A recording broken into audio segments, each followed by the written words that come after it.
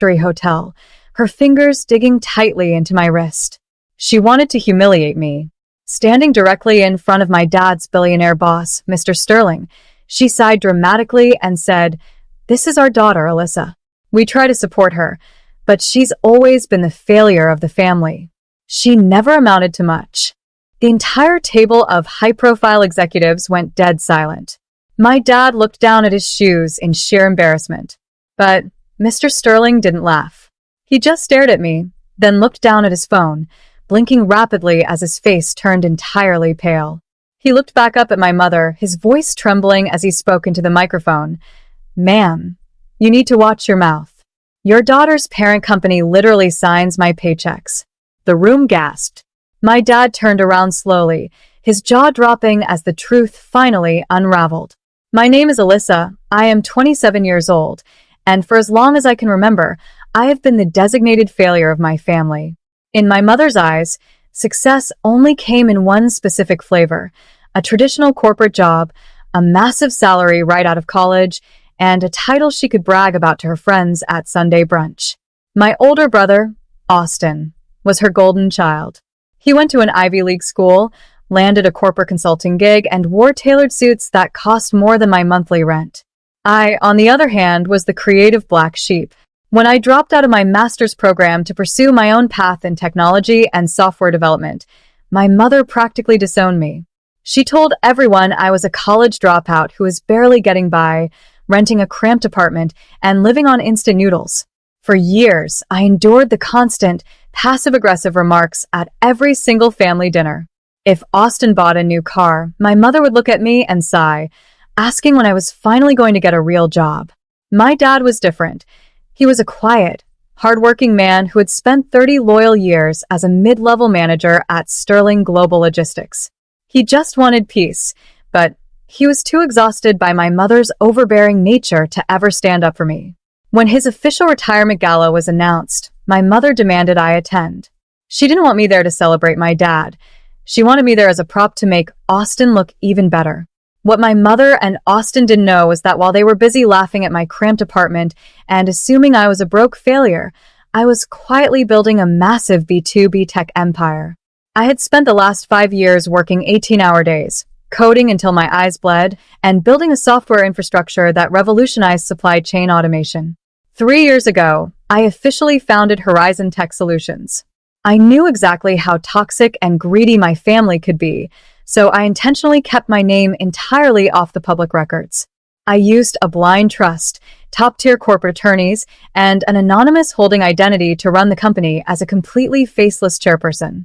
To the public and the tech world, Horizon was a mysterious, hyper-successful entity sweeping the market. To my mother, I was still just a girl playing on her laptop. The growth of Horizon was explosive. We automated logistics pipelines in a way no one else could, and within 24 months, our liquid revenue was charting into the tens of millions. That was when I decided to make my biggest power move. I noticed that Sterling Global Logistics, the very company my dad had sacrificed 30 years of his life for, was struggling with outdated software and bleeding capital.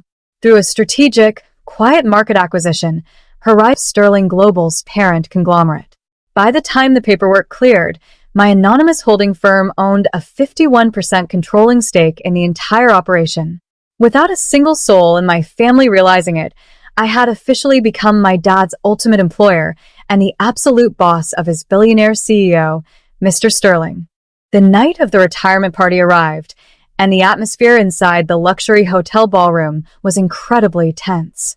I arrived dressed in an elegant, tailored black dress, modest, professional, but high quality. The moment my mother saw me, she sneered, loudly complaining that I looked like a cheap, low-level assistant who was going to embarrass the family. She contrastingly patted Austin on the back, who was smirking in a flashy designer suit that he had probably bought on credit. The grand ballroom was packed to the brim with upper management executives, wealthy board members, and high-profile industry figures. My dad looked genuinely happy to see me, giving me a warm hug, but my mother quickly pulled him away to mingle with the crowd. For the first hour of the event, I was forced to follow them around like an invisible ghost. My mother moved methodically from table to table, introducing Austin to every senior executive she could find, loudly bragging about his recent minor corporate promotion as if he had just conquered the world.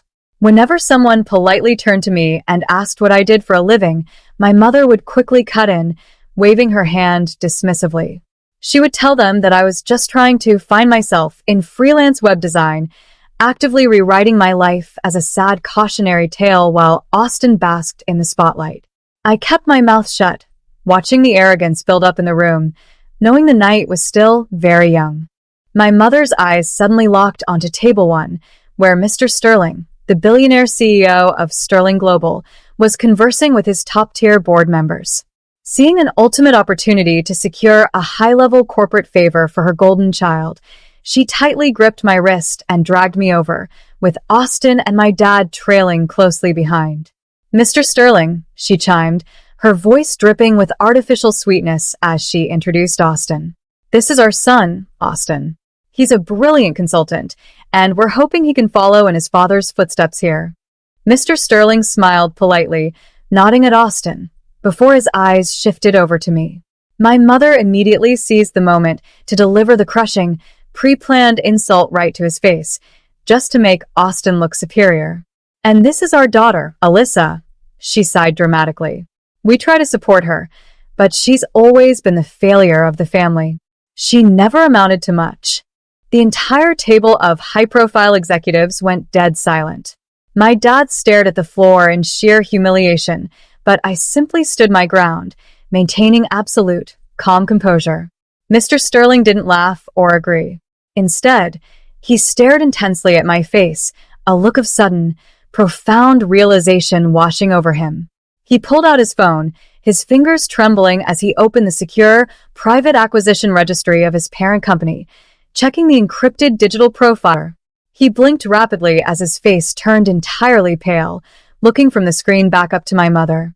The arrogance completely vanished from the room as he adjusted his microphone, his voice shaking with absolute professional terror.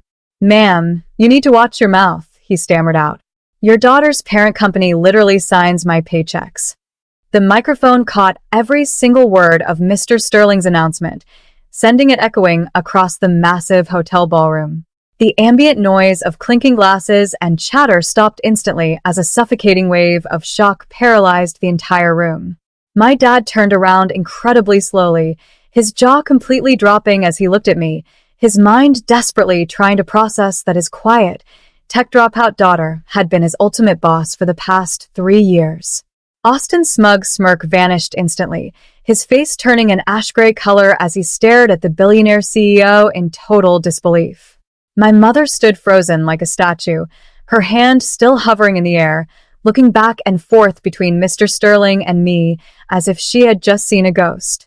She tried to stammer out a laugh, assuming it was a joke, but no one was laughing. Mr. Sterling ignored her completely. He pushed his chair back, stood up with immense professional deference, and buttoned his suit jacket as he walked around the table to stand directly in front of me. "Chairperson Alyssa," he said, bowing his head slightly in front of all his senior employees. "I had no idea you would be attending tonight. If I had known the majority owner of Horizon Tech Solutions was coming, I would have arranged a proper executive welcome. Would you like to step up to the podium and address the company?" I smiled calmly, declining the offer with a gentle wave of my hand, enjoying the absolute terror radiating off my mother. She was shaking, realizing that her failure of a daughter didn't just have a real job. She held the keys to the entire corporate hierarchy. Following the chaotic fallout at the retirement gala, the toxic power dynamic that had defined our family for decades permanently shattered. The ride home was completely silent, but the moment we crossed the threshold of their house, my mother frantically tried to backtrack and change her tone. The cruel, dismissive woman who had spent years calling me a failure vanished, instantly replaced by a desperate opportunist trying to access my immense wealth. She threw her arms around me, shedding fake tears as she claimed she had always known I was destined for greatness and was just using tough love to motivate me. Within minutes, she was already demanding that I use my corporate power to fire one of Mr. Sterling's senior executives and give Austin a high-paying, unearned vice president position at Horizon Tech Solutions. I stood in the center of their living room, looking at her and Austin with absolute coldness, and firmly refused. I laid out the exact years of emotional neglect, the endless insults, and the deliberate humiliation I had endured at their hands while they basked in their own arrogance. My brother tried to argue, claiming that family should always help family, but I made it clear that their definition of family only applied when they wanted something from me. Turning to my father, I saw the immense pride and relief in his eyes. I gently informed him that his retirement package was fully secure because I had personally authorized its expansion months ago, ensuring he would never have to worry about financial stability. But as for my mother and Austin, I made it completely clear that they would never see a single dime of my tech empire. Today, I am sitting in my high-rise corner office overlooking the city, completely at peace with the choices I made. True success is always the ultimate revenge. My mother and Austin are entirely isolated by their own insatiable greed, left to fund their extravagant lifestyles on a modest consultant salary while realizing they cut ties with a multimillionaire. Now, I am incredibly curious about those of you listening to my journey today. What would you do if your own family constantly treated you like an underdog and labeled you a failure? Would you have given them a second chance or walked away completely? Let me know, and please mention the city you are watching from so I can see exactly how far the story of sweet justice has traveled.